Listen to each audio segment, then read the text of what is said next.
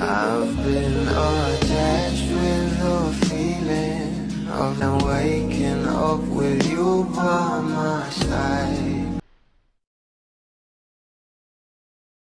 Sabi nga guys, kasabay nga ng pag-upload ng ating Donnie Pangilinan ng couple trend nila ng ating Bel Mariano, ay kasabay rin ito ang pag-post niya ng official trailer nilabas na nga ngayong araw. At grabe nga talaga ay marami nga nag-abang dito. Narito nga guys ang pasilip. Ba't di mo na lang sabihin sa kanya? Hindi ko nagagets. Hindi ko kaya magsinungaling, bro. I really like this girl, okay? Tulungan mo muna akong mabuild up sa kanya. Then, aamin ako. Wala ka pa rin masasabi sa akin? Not even sorry? You really deserve an apology for what happened. And I'm hoping you'll give me another chance. So it's a yes? No! Sinabi mo no? Yes!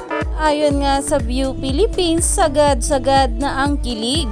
We know your matcha heart is happy right now. Here's the official trailer of How to Spot a Red Flag, streaming November 25 on View. Agad nga itong umani ng maraming komento mula sa mga bablis na sobrang excited na nga patungkol dito at ayon nga sa kanila, wow, this is for sure kilig overload.